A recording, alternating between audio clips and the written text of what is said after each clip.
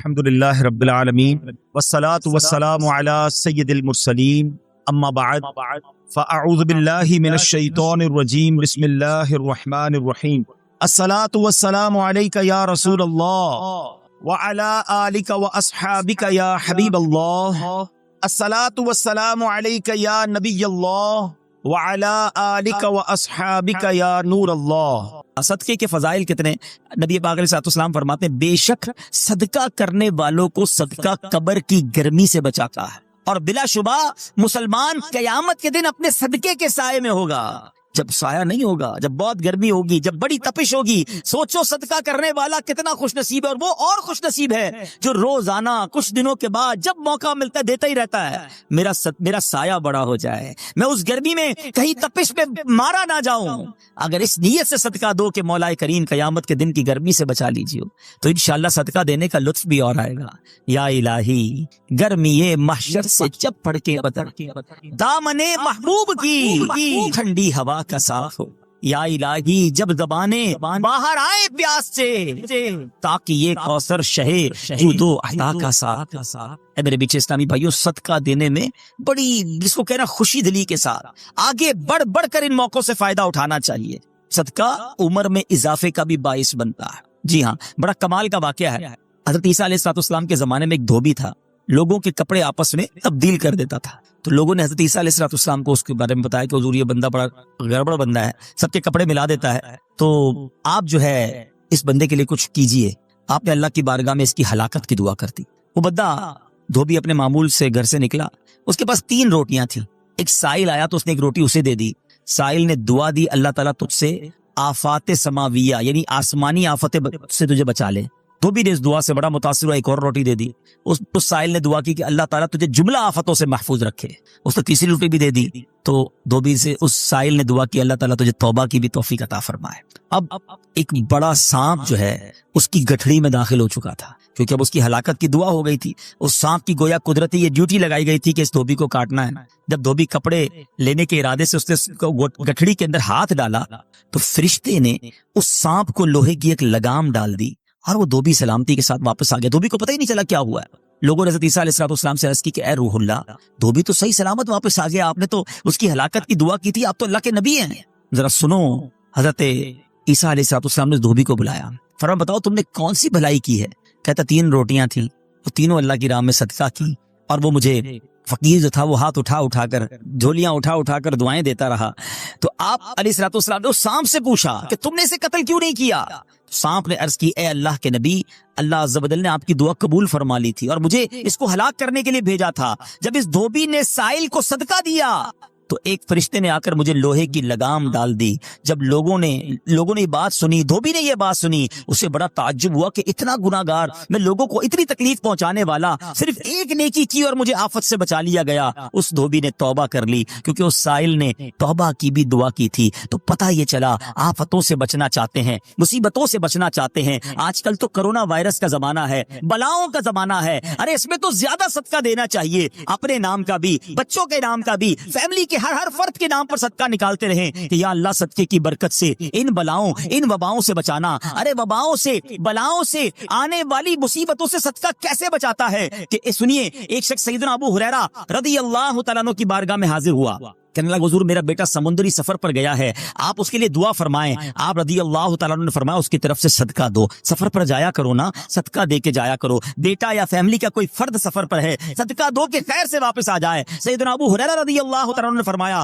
سمندری سفر پر ہے، اس کے لیے صدقہ دو۔ اس وقت سمندر میں موجیں اٹھ رہی تھیں، یہاں باپ اور حضرت ابو ہریرہ رضی اللہ تعالیٰ عنہ میں گفتگو ہو رہی ہے، عین اسی وقت ادھر سمندر میں موجیں اٹھ رہی تھی، جہاز ڈوبنے کے قریب تھا۔ ادھر اس کے والد نے اللہ کی راہ میں صدقہ دیا، اور وہاں کہنے والے کو کہتے ہوئے سنا گیا اے سواروں تمہارے لیے سلامتی ہے، بے شک اللہ تعالیٰ نے فدیہ قبول فرما لیا۔ بیٹا سفر سے واپس آیا، اپنے والد کو سارا واقعہ سنایا کہ جہاز موجوں میں تھا، قریب تھا کہ ڈوب جاتا، مگر پھر ایک ندا آئی کہ تمہارے لیے جو صدقہ دیا گیا ہے وہ قبول کر لیا گیا ہے۔ تو اے میرے بیچے اسلامی بھائیوں، میں نے آپ کو احادیث بھی سنائی ہیں، آپ کو واقعات بھی سنا رہا ہوں کہ صدقہ بلاؤں کو ٹالتا ہے، صدقہ بیماریوں کو ٹالتا ہے۔ آپ میں میں نبی پاک علیہ الصلوۃ والسلام کی زبانی ایک خوبصورت واقعہ آپ کو سناتا ہوں. پیارے آقا علیہ الصلوۃ والسلام نے ہی یہ واقعہ صحابہ کرام کو سنایا. واقعہ کیا ہے؟ میرے آقا فرماتے ایک عورت کے منہ میں لقمہ تھا، کھانا کھا رہی تھی، ہاتھ میں لقمہ اور منہ میں ڈال لیا.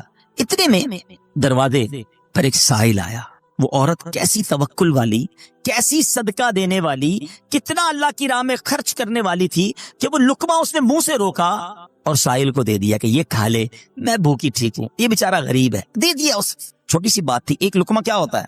کچھ لوگ یہ کہتے ہیں پیسے ہی تھوڑے ہیں جیب میں، 5 10 15 روپے 50 روپے 100 روپے کے صدقے سے کیا ہوگا، میں تو خود غریب ہوں. سنو، ایک ہی لقمہ تھا نا، دیگ نہیں تھی بریانی کی، ایک لقمہ تھا. اور یہ واقعہ سرور کائنات علیہ الصلوۃ والسلام اپنے صحابہ کو سنا رہے ہیں. فرمایا وہ لقمہ اس عورت نے روکا اور فقیر کو دے دیا.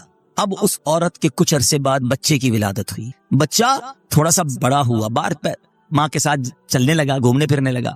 تو باہر گیا تو ایک بھیڑیا آیا اور بھیڑیا آ کر اس کے بچے کو اس نے منہ سے پکڑا اور بھاگ گیا.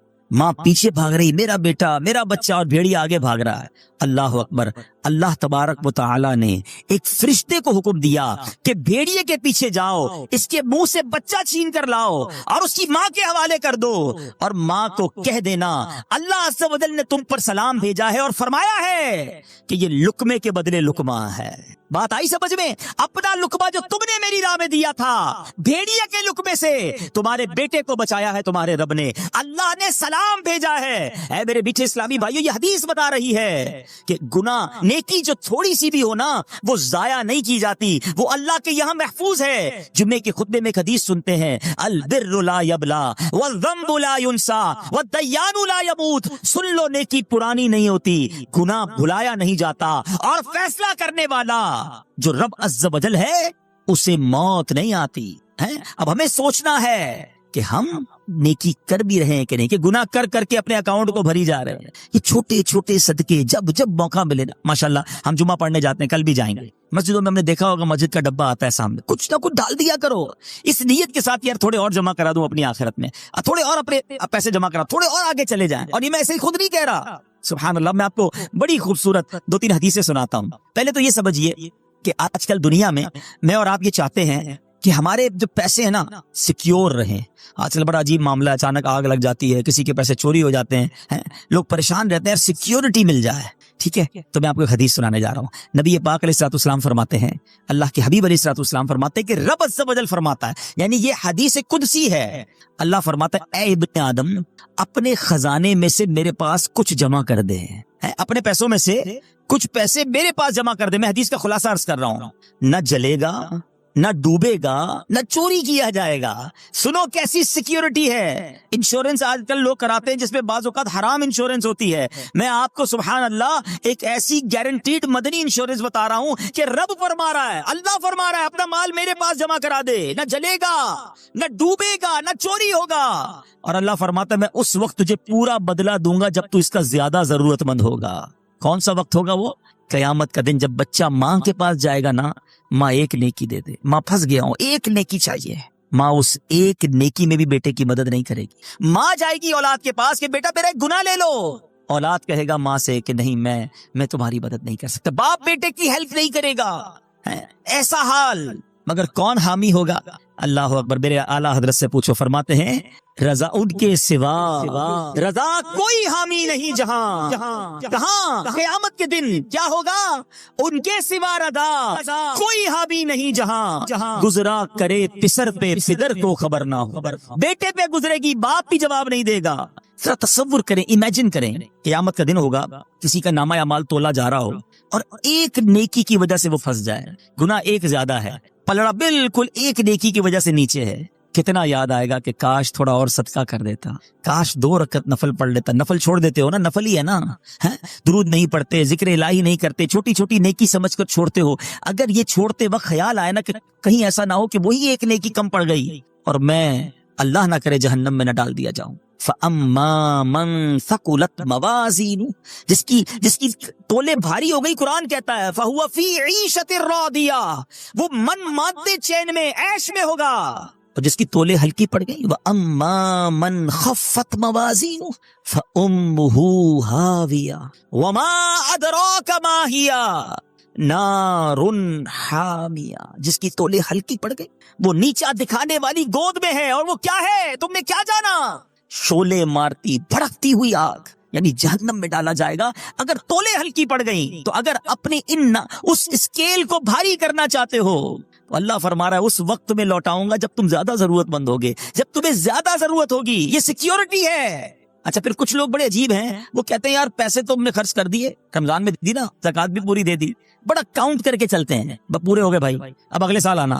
تو اللہ کے بندو، جب رب تمہیں روز دے رہا ہے، عطائیں دیے جا رہا ہے، اور تم کیلکولیٹ کر کے لاک کر دیتے ہو صدقے کو، ایسا نہ کرو۔ میں آپ کو ایک اور حدیث سناتا ہوں۔